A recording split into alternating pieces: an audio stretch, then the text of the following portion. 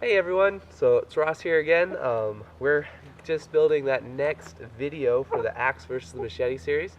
And in this video we're going to be building a shelter and comparing how an axe and a machete can meet those survival needs, or that survival need of creating a shelter. It'll be pretty straightforward. We're not doing a very objective test here of like which is better. We're just playing around with both of these tools, creating a shelter, and hopefully showing you guys what works well with each one. The machete I'm anticipating is going to work great for gathering a lot of the smaller materials that we need and smaller wood, and the axe will probably do a little bit better on the bigger, heavier stuff if I need any of that. So once again, we are using a trail blade machete here and a Wetterling's axe, Wetterling's forest axe.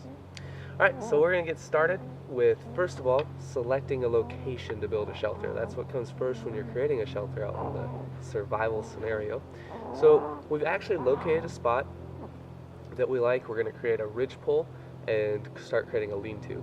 Now there's a couple different ways you can create a ridgepole, and we'll talk about that here in a couple of minutes. But right now we're going to move towards actually selecting and gathering some materials.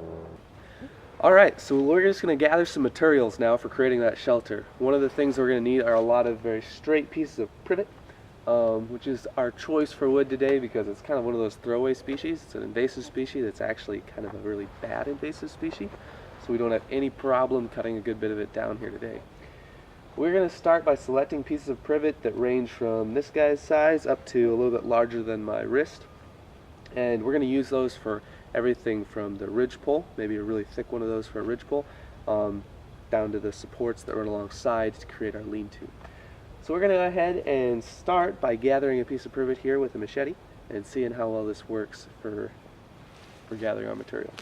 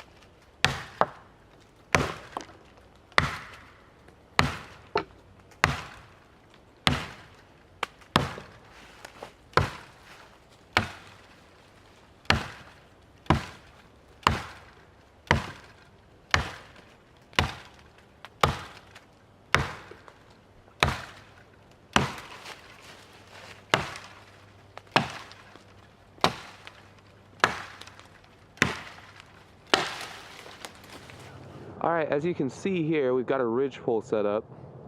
It's just a horizontal support for our roof.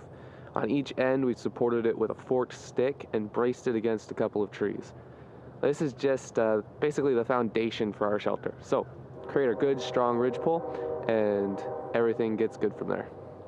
Next, we're going to take and build the lean-to, or the roof, to our shelter. So as you can see, I've started laying some posts that run up to that horizontal support.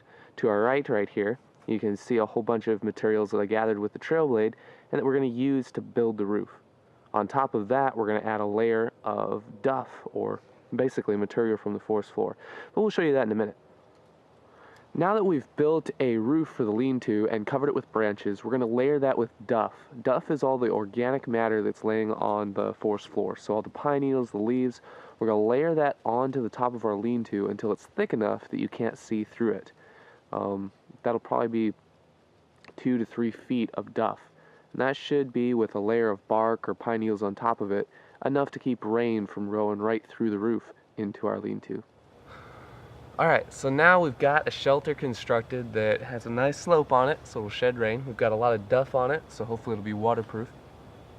And it's got enough depth to it that I can get all the way back in here and create a bed that will still shelter me. So we've created our shelter.